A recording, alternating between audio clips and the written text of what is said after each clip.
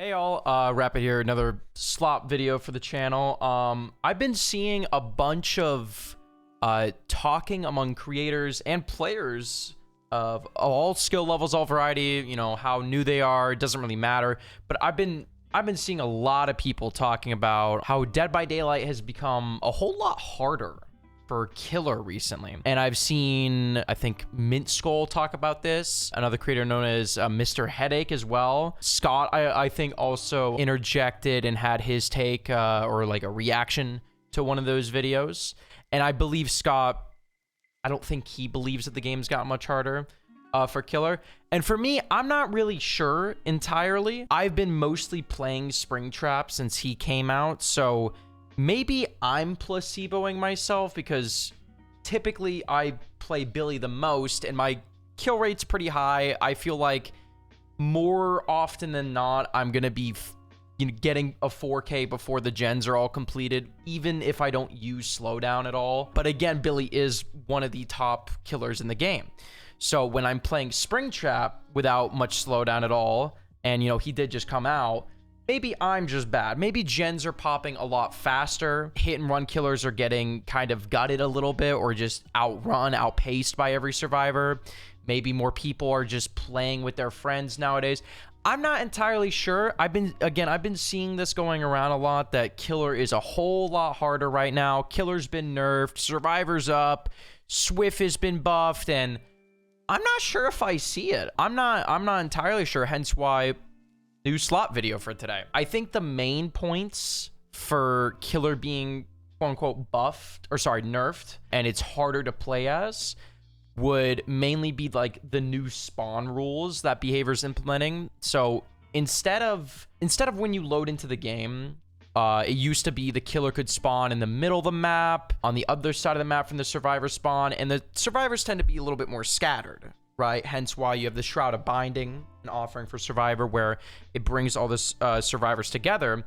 Now, instead of all that, it's the survivors tend to spawn together a lot more often. You know, you'll more often see, you know, one or two of your buddies close by, and the generator spawns are also close to where they end up being at the beginning of the match. And I have noticed this a little bit when I have been playing Survivor. Granted, I have not played Survivor that much post Springtrap because I've just been playing him a bunch. But I have noticed that survivors tend to spawn really close together and immediately hop on gens as soon as the game starts through ore reading perks. I tend to bring lethal, barbecue, all that stuff a lot. I can see how that makes, like, they haven't increased or decreased gen time, but obviously the less time you're spending running around doing nothing and on a gen as soon as the game starts, I can understand how that will cause games to go a lot faster and how people are getting pressured and they're like, oh, Survivor's just so easy now.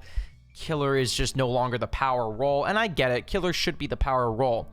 But I'm a bit surprised about all of this because for years it's felt like kind of undisputed that Killer is the strongest role right now, because we're in a state of the game where even if you have a million anti-tunnel perks, you can still just laser someone out of the game, right? Until it's a 3v1. And that's a whole nother person that's not working on a gen, doing totems, healing, pressure chasing, making the game immediately easier. So I am a bit surprised when people are like, well, Killer's now in a terrible spot and, you know, Survivor is just laying waste to all Killer mains, right? Another instance I've seen is that healing has been buffed. And again, I don't really use healing perks that much, but it is true. Resurgence is really powerful right now. Botany knowledge. So instead of spending, I think it's 12, 16 seconds healing after you get unhooked, it's more about 4 at its fastest, which is pretty similar to how Circle of Healing worked when that dropped a few years ago, which basically made hit and run killers obsolete. And I think a lot of these issues that we're seeing right now doesn't really impact mobility type killers like Billy, you know, this hence why I haven't seen it as much myself, or just very high tier killers. When it comes more to hit and run, where you need to keep people injured to keep that pressure and keep moving around the map, it makes a little bit more sense, right?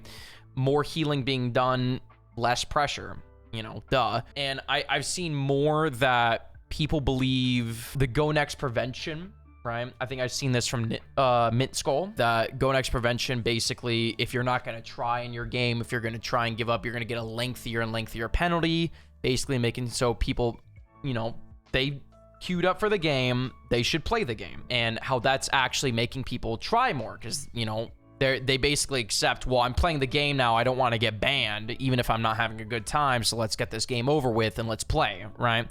That makes a lot of sense, and I think that's a good point, is that people are almost playing better out of fear of getting banned or getting suspended from the game. And I have seen that a bunch. Not all of these things I have personally seen, but I've definitely not seen DCs as much lately. The abandoned feature, of course, is a good feature, you know, removes hostaging, excessive end game, right? But I have not seen a lot of DCing like at the start of the game. I feel like that's become more rare. And while I wasn't entirely sure about them removing the unhook self-escape option to basically go next, I wasn't entirely sure about that, because I kind of understand having a rough game every once in a while and being like, well, you know, my teammate already gave up, so maybe I should just give up too, right? But I think it's going pretty well. I think removing that option, you know, it's a bit surprising that the game isn't being as severely impacted. And I'm not sure if all of these things, you know, the Go Next Prevention causing people to try more, not give up as easily, I'm not sure how this is impacting MMR, but I definitely do think maybe I'm getting placeboed, right? Maybe.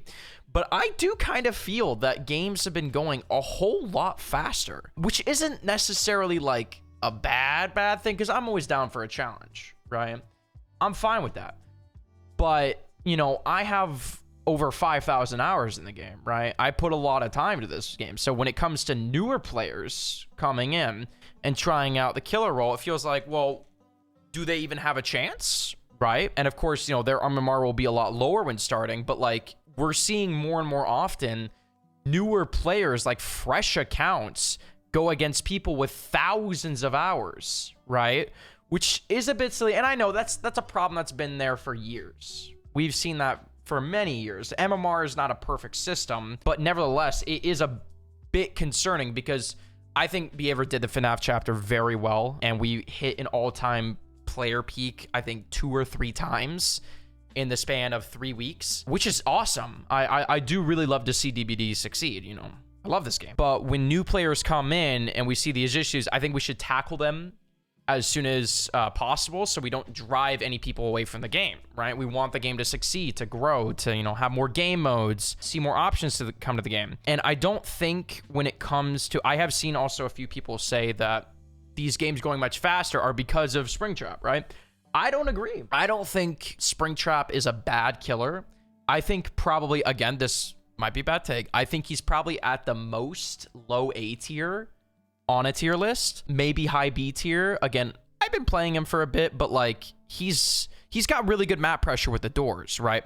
But I'm not like a super analytical person when it comes to tier lists. You know, I don't put enough time in to give like a super accurate representation, right? I don't think he's bad though. I don't think that's causing the issue. His add-ons are probably the best set of add-ons on release that I've ever seen for any killer, not to Glazed Behavior, but the add-ons are very well diversified. There's very, very few that could be deemed useless. They offer a lot of different play styles. So I don't think it's that. I do think it absolutely can be the spawn rule being changed, the Go Next Prevention causing people to try a little harder. They may have tweaked the MMR, and I think healing probably does have a small aspect to it, especially with Arella's perks being added in a month or so ago. But do I think killer is much harder now? I feel like it's a bit hard to say, no? I think I'm being placeboed a bit, right? Of course, I've been struggling a few in my matches, but like, you know, what day are you going to have perfect games back to back to back, right? I more so made this to kind of give my thoughts, what I do agree with, what I, you know, don't necessarily agree with, making the game harder. And I really wanted to hear what you guys thought as well, because I'm not entirely sure myself. And the more we can kind of understand a bit, you know, the more can be tuned. You know, this might be a bad take, but I do think if we want to create balancing levels all across the board, I think we should have somewhat more communication between non-Swift groups and Swift, through whether it's a communication wheel or voice chat. And that's a whole nother discussion for another time. I know not everybody agrees with that, but that's a whole nother video. Anyway, let me know what you guys think if Killer is much harder now. If you don't think that, tell me why. If you do think why, tell me why, all right? Anyways, hope you enjoy this slot video for today, and yeah, see you in the next one. Cheers.